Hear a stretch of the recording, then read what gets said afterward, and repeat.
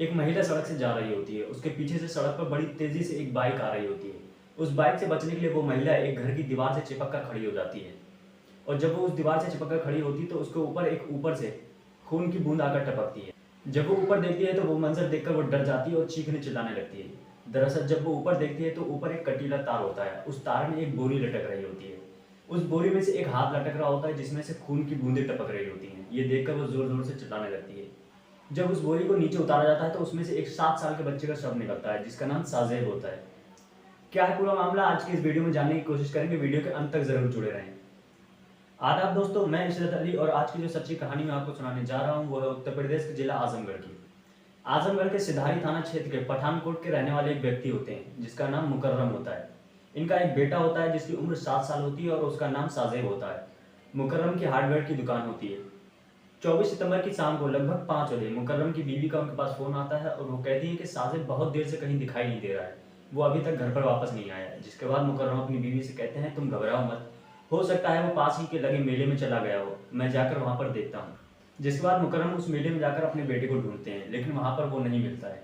वो तुरंत अपने घर जाते हैं और सभी लोग मिलकर हर जगह पर ढूंढना शुरू कर देते हैं। जहाँ जहाँ साजिद जाता था और जिस जिससे मिलता था उन सबसे पूछताछ करी जाती है, उन सारी जगहों पर देखा जाता है लेकिन साजिद का कोई पता नहीं चलता है। जिसके बाद मुकर्रम से कहा जाता है क्यों ना हम थाने में जाकर इस बात की शिकायत करें। और फिर मुकर्रम थाने में जाता है और बताता है कि मेरा एक 7 साल का बेटा है जिसका नाम साजिद है। वो लगभग 5 बजे से गायब है, हमने सब जगह उसे ढूंढ लिया है लेकिन वो कहीं मिल नहीं रहा है।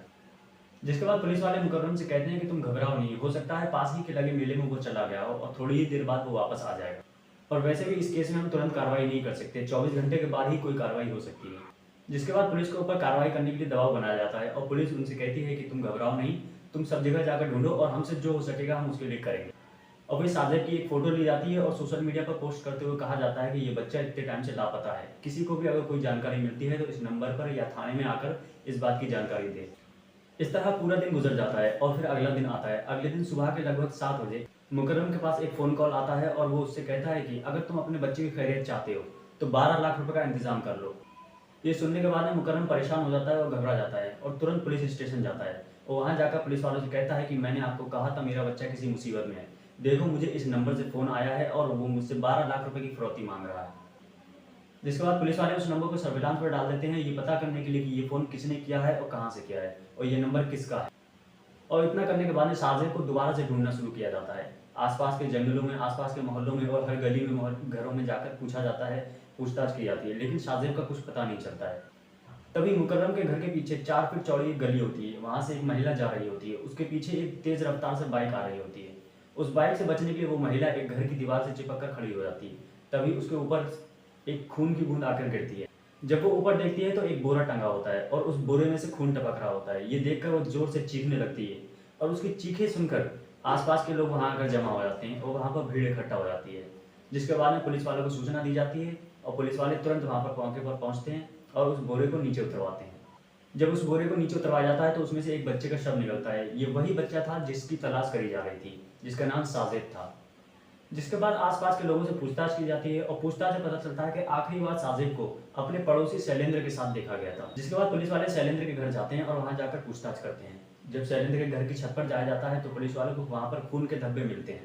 ये देखने के बाद में पुलिस वाले शैलेंद्र की तलाश करना शुरू कर देते हैं और तलाश करने के बाद में उसे गिरफ्तार कर लेते हैं। गिरफ्तार करने के बाद में जब उससे पूछताछ करी जाती है तो कुछ ऐसा बताता है जिसे सुनने के बाद में किसी को भी ये बात हजम नहीं हो रही थी कि कोई इस वजह से भी किसी को मार सकता है क्या। वो बताता है कि मेरी एक हार्डवेयर की दुकान है और मुकर्रम की भी एक हार्डवेयर की दुकान है। मेरी दुकान पर इतने ग्राहक नहीं आते और मुकर्रम की दुकान पर हमेशा भीड़ लगी रहती है। ये देखकर मुझे मुकर्रम से जलन होती है, इस वजह से मैंने उसके बेटे को मार दिया है।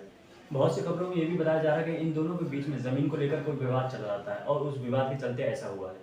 लेकिन इस कत्ल के पीछे की असली वजह क्या है, इस बात को जानने की पुलिस कोशिश कर रही है और इस केस की जाँच कर रही है। ये खबर जो मैंने आपको सुनाई है ये मीडिया रिपोर्ट्स के अनुसार है और इस खबर को सुनाने का मतलब आप सबका दिल दुखाना है, परेशान करना नहीं है, बल्कि आप सबको सावधान करना और जागरूक करना है। फिर मिलेंगे किसी दूसरी वीडियो में, तब तक अपना और अपनों का ख्याल रखें।